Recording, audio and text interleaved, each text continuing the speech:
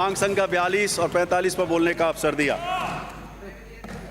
सर्वप्रथम मैं सिंचाई के जल संसाधन के अंतर्गत भरतपुर और पूर्वी राजस्थान की बात करना चाहूँगा। आपके माध्यम से माननीय मंत्री जी के ध्यान में लाना चाहूँगा कि बहुत वर्षों पहले 1994 में एक भरतपुर, डीग और इस एरिया के लिए जो है यमुना जल समझौता 1994 में हुआ और लगभग आज 30-31 वर्ष हो गए। इसके बावजूद भी जो समझौता तय हुआ था उसमें लगभग ये था कि 1200 क्यूसेक पानी जो है भरतपुर, डीग इस एरिया को मिलेगा। अभी तक जो पानी मिल रहा है वो केवल 200 डीग को मिल रहा है और 500 भी तय है, लेकिन पूरा नहीं मिल पा रहा। मेरी गुजारिश है आपके माध्यम से, मैं माननीय मुख्यमंत्री जी से कहना चाहूँगा, क्योंकि पूर्वी राजस्थान को बिलोंग करते हैं, भरतपुर जिले के नागरिक हैं, बाशिंदे हैं। जिस तरह से अभी मैंने चर्चा अखबारों के माध्यम में सुनी थी, यमुना जल समझौता हुआ है, जो सीकर, झुंझुनू, चूरू और उसके लिए पानी लाने की बात कही है, और वो भी समझौता जो हुआ है उसको भी अध्ययन करने की ज़रूरत है। जो हरियाणा ने कहा है कि 24 अतिरिक्त पानी होगा तो हम पानी देंगे, अन्यथा पानी नहीं मिलेगा। और नहर भी बनाएंगे तो उसमें 4 मान लो जो है बनाएंगे तो 3 का हिस्सा एक खुद बनाएंगे, 3 राजस्थान को देंगे। तो मेरा ये मानना है कि जो पुराना समझौता है 1994 का समझौता है उसको अमल में लाया जाए। और भरतपुर जो सबसे ज़्यादा सिंचाई की समस्या है भरतपुर की, भरतपुर, धौलपुर, ये पूरा करौली के साथी भी हमारे कह रहे थे, उस पर मैं बाद में आऊँगा कि इस यमुना जल समझौते के तहत जो पानी तय हुआ है उसको दिलवाया जाए। और माननीय मुख्यमंत्री से भी अनुरोध करूँगा इस पर एक चर्चा करके और इसको क्रियान्वित किया जाए। दूसरा मैं कहना चाहूँगा कि ERCP की बात हो रही है और ERCP के तहत बहुत सारी बातें आई हैं, मैं उसका स्वागत भी करता हूँ अगर वो उस तरह से इम्प्लीमेंट हो जाए। और जैसा कि बात की गई कि राष्ट्रीय परियोजना वो घोषित हो जाएगी तो वो अभी मालूम पड़ जाएगा, कल बजट आ रहा है, शायद वो हो जाए। लेकिन उसमें भरतपुर के बांधों को सिंचाई के लिए एक भी बांध को नहीं जोड़ा गया है।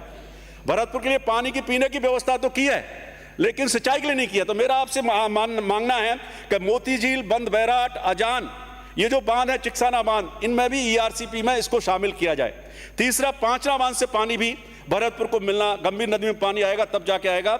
और इसी के तहत मैं वन पर्यावरण पर भी 2 मिनट बोलना चाहूँगा। माननीय सभापति महोदय, माननीय मंत्री जी यहाँ बैठे हुए हैं, उनसे कहना चाहूँगा, केवलादेव वर्ल्ड हेरिटेज है, नेशनल पार्क, वर्ल्ड सेंचुरी, और उसमें पानी की आए दिन किल्लत आती है और पीने का पानी बंद करके चंबल का और फिर पानी की सप्लाई जो है घने में देनी पड़ती है, जिससे लाखों टूरिस्ट भरतपुर में आते हैं।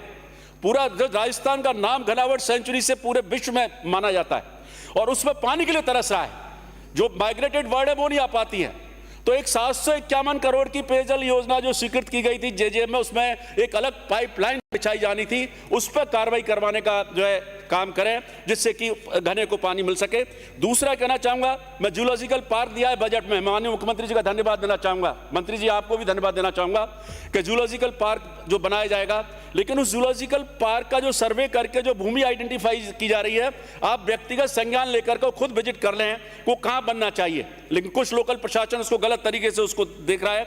और तीसरा मैं कहना चाहूँगा कि घना अभ्यारण्य जो संरक्षण है उसके तहत आज भी बहुत सारा अतिक्रमण हो गया है आसपास के एरिया में और उसकी वजह से माइग्रेट बर्ड्स नहीं आ पाती हैं। और क्योंकि अब वो माइग्रेट हो जाती है, अगर उनको क्लाइमेटिक परिस्थितियां वैसी नहीं मिलेंगी तो बर्ड्स, आप जानते हो, बड़ा सेंसिटिव होता है। चिड़िया हमारी फेमस बर्ड की साइबेरिया से क्रेन्स आती हैं, आप जानते हैं कितने लाखों फॉरेन टूरिस्ट वहाँ आते हैं। तो इस पर ध्यान देने की जरूरत है कि घनावर्ड सेंचुरी को संरक्षित किया जाए। भरतपुर को सिंचाई के लिए पानी की बहुत ज़रूरत है, लाखों मतलब हज़ारों हेक्टेयर पानी सूखा, जो हमारा हेक्टेयर भूमि बेकार हो जाती है। मुझे उम्मीद है कि माननीय मुख्यमंत्री जी भरतपुर के हैं, चूरू और सीकर, झुंझुनू की तो बात करिए खूब, मैं भी उसका समर्थन करता हूं, लेकिन भरतपुर जो 1994 से अन्याय सह रहा है वो 1200 क्यूसेक मीटर पानी भरतपुर को दिलवाया जाए। आपने मुझे समय दिया, आपके लिए बहुत बहुत धन्यवाद। श्री लक्ष्मण जी।